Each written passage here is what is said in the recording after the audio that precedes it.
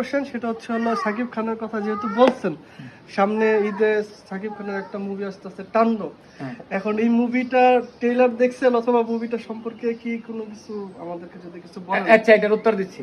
আগে প্রথমে বলি, নায়ক সাকিব খান সিনেমার ধরেন পরিচালক প্রযোজক যারা ইনভেস্ট করছে এবং টাকা ইনকাম করবেন, ওনাদের কাছে আমি টাকা পাই হিসাবে।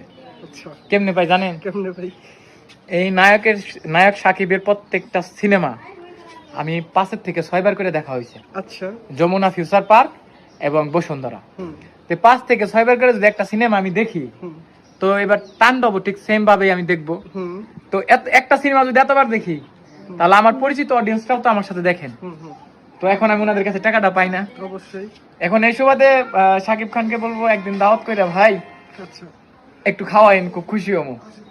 তাহলে এটা সাকিব খানের কাছে হচ্ছিল ভাইয়ের একটা আবেদন, হচ্ছিল ভাই যাতে আলম ভাইকে যাতে একটু দাওয়াত করে। আমাকে শুধু আমাকে দিলেও হবে না, তো যারা অনেক ফ্যান আছে, অনেক অডিয়েন্স আছে, এদের মধ্যে মাঝে মাঝে সৌভাগ্যবান 2-1 জনকে বেছে নেওয়া উচিত, যে আজকে 2 জনকে আমার ফ্যানদেরকে চা খাওয়াবো, এরকম। তো আমি মনে করি এটা ওনাদের আরো ক্রেডিট ওনার বেড়ে যাবে। এবং সাকিব খানের এটা খুব দরকার যে হচ্ছিল তাদের ফ্যানদেরকে ওনার যে সিনেমার এক্সপ্রেশন, অভিনয়, মানে ভাবমূর্তি একদম সত্যি অসাধারণ। যারা সিনেমা দেখে নাই তারা বলতে পারবে না। আর যদি ওইসব সিনেমা হলে কেউ সিনেমা দেখে, এক সিনেমা 5 বার দেখলো মনে হয়।